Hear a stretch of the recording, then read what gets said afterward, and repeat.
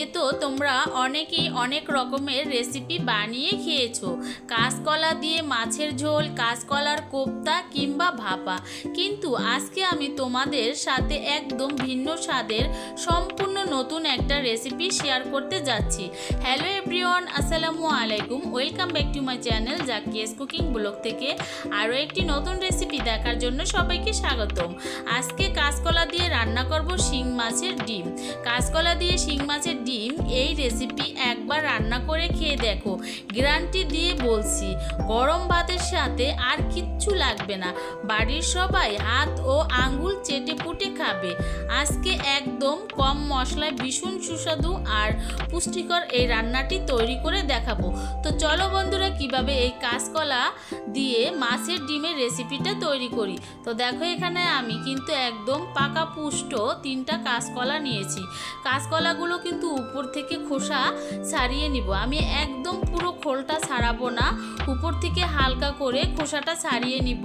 আর এই খোসা ছাড়ানোর পরে কিন্তু আমরা অনেকে কাঁচকলা কালো হয়ে যায় তরকারি রান্না করলে, সেটাও কিন্তু একটা টিপস রয়েছে। বন্ধুরা, ভিডিওটি স্কিপ করবে না, তাহলে বুঝতে পারবে না। আর শিং মাছের ডিম দিয়ে কাঁচকলা রান্না করলাম কি ম্যাজিক মশলা, সেটাই তোমাদের সাথে শেয়ার করব। ভিডিওটি স্কিপ করলে কিন্তু কোনো এক জায়গায় বাদ পড়ে গেলে রান্নার রেসিপিটা কিন্তু খেতে ভালো হবে না। তো ভিডিওটি সঙ্গে থাকো। আর ভিডিওটি দেখতে দেখতে যারা এখনও আমার চ্যানেলে নতুন বন্ধু জয়েন হয়েছো এবং আমার চ্যানেলটি সাবস্ক্রাইব করে পাশে থাকো না, প্লিজ ভালোবেসে চাইলে আমার চ্যানেলটি সাবস্ক্রাইব করে পাশে থাকতে পারো। তো দেখো বন্ধুরা, কথা বলতে বলতে কিন্তু দুটো কলার খোসা ছাড়িয়ে নিয়েছি, আর একটা বাকি আছে সেটাও ছাড়িয়ে নিচ্ছি। আর এই কাঁচকলা কিন্তু আমি যেভাবে রান্না করব একদম কালো হবে না তরকারিটা, আর খেতে এতটা মজাদার হবে বলার মতো নয়। তো দেখো, আমি কিন্তু কাঁচকলাগুলো একদম গোল গোল করে চাকতি করে কেটে নিচ্ছি।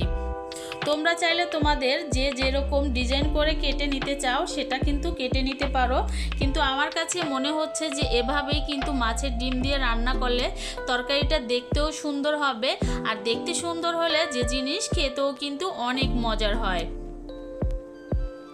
এই মাছের ডিমের রেসিপিটা আমি কিভাবে রান্না করলাম এবং এর ভেতরে যে বিশেষ সিক্রেট মশলা দেওয়া হয়েছে সেটা জানতে ভিডিওটি স্কিপ করবে না, শুধু সেভ করে রাখবে। পুরো ভিডিও মন দিয়ে না দেখলে রেসিপির মূল রহস্যটা কিন্তু একদমই বুঝতে পারবে না।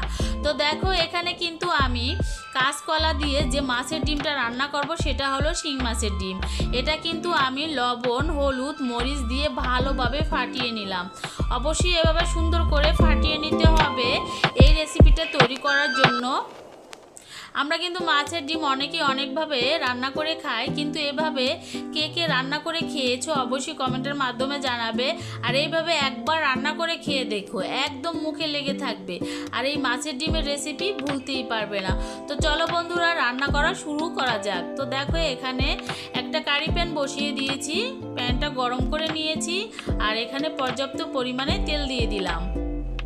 তো তেলটা গরম করার পরে কিন্তু এখানে আমি একটা গোল চামচ নিয়েছি, অল্প অল্প করে মাছের ডিমগুলো তেলের মধ্যে দিয়ে দিব। তোমরা চাইলে কিন্তু একদম গোটাটাও দিতে পারো, তাহলে কিন্তু অনেক বড় একটা ডিম হবে, আর কেটে কেটে নিয়ে রান্না করে নিতে পারবে। তো দেখো, আমি কিন্তু 4 ভাগে দিয়েছি, তাও কিন্তু মিশে গিয়েছে, তারপরও কাটা লাগবে। তো তোমরা চাইলে একসাথে গোটা ডিমটাই দিতে পারো, এতে করে কিন্তু একবারই ভাজা হয়ে যাবে। তো দেখো, ধীরে ধীরে মিডিয়াম আঁচ করে কিন্তু মাছের ডিমগুলো ভেজে নিলাম। আর একদম কিন্তু আমরা যেরকম মুরগি হাঁসের ডিম খাই ভেজে, সেম কিন্তু ওরকমই হয়েছে দেখতে, কিন্তু স্বাদটা কিন্তু অন্য আলাদা। আর এইরকম শিং মাছের ডিম যদি কাঁচকলা দিয়ে রান্না করা যায়, মুখে লেগে থাকবে আর খুবই মজাদার। ছোট বড় সকলে অনেক পছন্দ করবে, যেহেতু মাছের ডিম কিন্তু অনেক মজার। তারপরও কিন্তু মজা করে রান্না করলে সেই মাছের ডিম কিন্তু আরও দ্বিগুণ মজার হয়ে যায়। তো দেখো, আবারও একইভাবে ডিমগুলো ঢাকনা দিয়ে ঢেকে কিছু সময় হাতে নিয়ে ভেজে নিব। আর এখানে যে যে মশলাগুলো নিলাম সেটা তো দেখেই বুঝতে পেরেছো। জিরা নিয়েছি, আদা নিয়েছি, রসুন নিয়েছি, কাঁচামরিচ এবং পেঁয়াজ। তো কাঁচামরিচগুলো কিন্তু আমি বাটবো না, এটা গোটা গোটাই দিব। আর এগুলো কিন্তু আমি শিলপাটায় অফ ক্যামেরায় বেটে নিব। তো দেখো ঢাকনা দিয়ে ঢেকে সব মাছের ডিমগুলো কিন্তু আমি ভেজে নিলাম। আর অত শক্ত করে ভাজবো না, হালকা 40 সেকেন্ডের মতো লেগেছে এই ডিমগুলো ভাজতে। আর সবগুলো ভাজার পরে এখানে মাছের ডিম রান্না করার জন্য কিন্তু আমি কাঁচকলাগুলো ভেজে নিব। তার আগে কিন্তু মাছের ডিমগুলো কিন্তু এক এক করে ছোট ছোট করে আমি ভেজে নিয়েছি।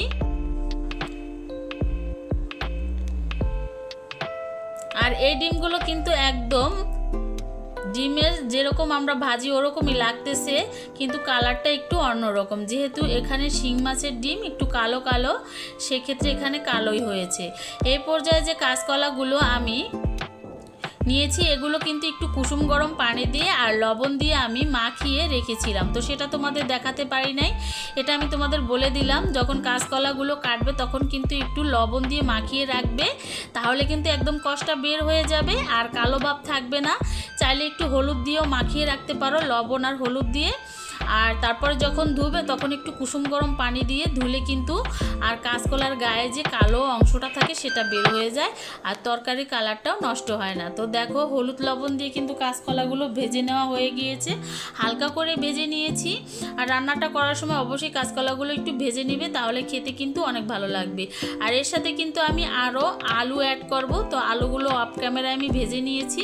আর এখানে দেখো পেঁয়াজ এবং মরিচগুলো ব্রাউন করে ভেজে নেওয়ার পরে যে মশলাগুলো দেখিয়েছিলাম সেগুলো কিন্তু শিলপাটায় বেটে নিয়েছি। আর এই তো একটু পানি দিয়ে মশলাটা সুন্দর করে কষাবো। আর কষানোর আগে এখানে আরও অ্যাড করে দিব শুকনো মরিচের গুঁড়ো, হলুদের গুঁড়ো, ধনিয়া এবং জিরার গুঁড়ো।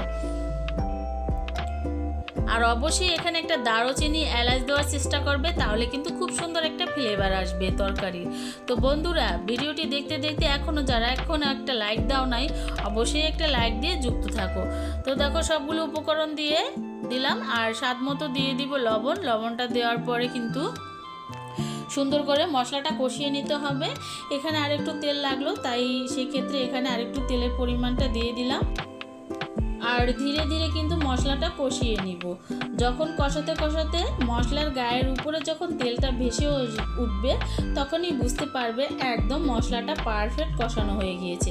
এখানে একটা বড় সাইজের টমেটো ফালা ফালা করে কেটে নিয়েছি, তোমরা চাইলে ছোট ছোট টুকরো করেও কেটে নিতে পারো।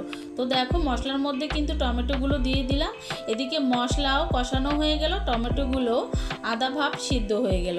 তো দেখো ঢাকনা দিয়ে ঢেকে মশলাগুলো সুন্দর করে কষিয়ে নিলাম, আর তেলগুলো কিন্তু মশলার গায়ের উপরে ভেসে উঠেছে। এই পর্যায়ে দেখো যে কাঁচকলা আর আলুগুলো ভেজে নিয়েছিলাম সেগুলো মশলার মধ্যে দিয়ে 3 থেকে 4 মিনিট ধরে মশলার মধ্যে ভালোভাবে কষিয়ে নিতে হবে, যাতে লবণ মশলা সব কিছু উপকরণ কলা এবং আলুর মধ্যে ঢুকে। তো দেখো ধীরে ধীরে কিন্তু 4 থেকে 5 মিনিট ধরে আমি মশলার মধ্যে আলু এবং কলাগুলো কষিয়ে নিলাম। আর কতটা লোভনীয় দেখতে হয়েছে বুঝাতে পারবো না। আর এতটা মজার হয়েছিল এই তরকারিটা, আমি কখনো কিন্তু রান্না করে খাই নাই, এই প্রথমই খেলাম, অনেক মজার হয়েছিল। তো দেখো কষানো হয়ে গিয়েছে, আর এখানে দিয়ে দিলাম পর্যাপ্ত পরিমাণে পানি। যেহেতু আমি একটু হালকা ঢেলা ঢলা ঝোল করে রান্না করব, তাই এখানে একটু পানির পরিমাণটা বাড়িয়ে দিলাম। আর এরকম কাঁচকলার ঝোল খেতে কিন্তু এমনি ভালো লাগে। আর কাঁচকলা তো এমনিতেই উপকারী একটা সবজি, পেট শান্তি থাকে এবং পেট পরিষ্কার থাকে। আর যাদের পাতলা পায়খানা হয় তারা কিন্তু এরকম কাঁচকলা দিয়ে কাঁচা মরিচ দিয়ে রান্না করে খেলে কিন্তু তাদের পাতলা পায়খানা এবং পেটের যে অস্বস্তি ভাব সেটাও দূর হয়ে যায়। তো বন্ধুরা তোমরা কিন্তু যাদের পাতলা পায়খানা আমেশা আছে তারা কিন্তু এরকম কাঁচকলার একটা তরকারি রান্না করে দিলে তাদের কিন্তু অনেক ভালো লাগবে খেতে। আর অবশ্যই রান্নাটা কিন্তু শুকনো মরিচ দেওয়া যাবে না, কাঁচা মরিচ দিয়ে রান্নাটা করবে, তাহলে কিন্তু অনেক সুন্দর হবে। তো দেখো কিছু সময় ধরে জাল করে নিব। তো আমার রান্নাটা কিন্তু প্রায় শেষ পর্যায়ে। তো দেখো বলক চলে এসেছে। এই পর্যায়ে যে ডিমগুলো আমি ভেজে নিয়েছিলাম সেগুলো কিন্তু অফ ক্যামেরায় আর একটু ছোট ছোট করে টুকরো করে কেটে নিয়েছি। তো দেখো অনেকগুলো ডিম হয়েছে, মাশাআল্লাহ আমার বাচ্চারা তো অনেক খুশি হয়েছিল। এই ডিম ভাজা দিয়ে ভাত খেয়ে ওরা অনেক তৃপ্তি পেয়েছে। তো দেখো এক এক করে কিন্তু আমি প্রতিটা ডিমের পিস তরকারির উপর দিয়ে দিলাম। এখন ঢাকনা দিয়ে ঢেকে আরও 2 থেকে 3 মিনিট ধরে রান্নাটা করে নেব।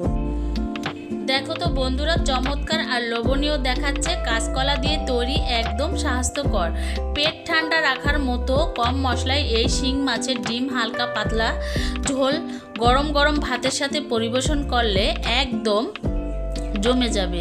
তো দেখো আমি কিন্তু একটা বাটির মধ্যে বেড়ে নিচ্ছি দুপুরে খাওয়ার জন্য। কতটা লোভনীয় হয়েছে এই রান্নাটা, খেতে খুবই দুর্দান্ত স্বাদের।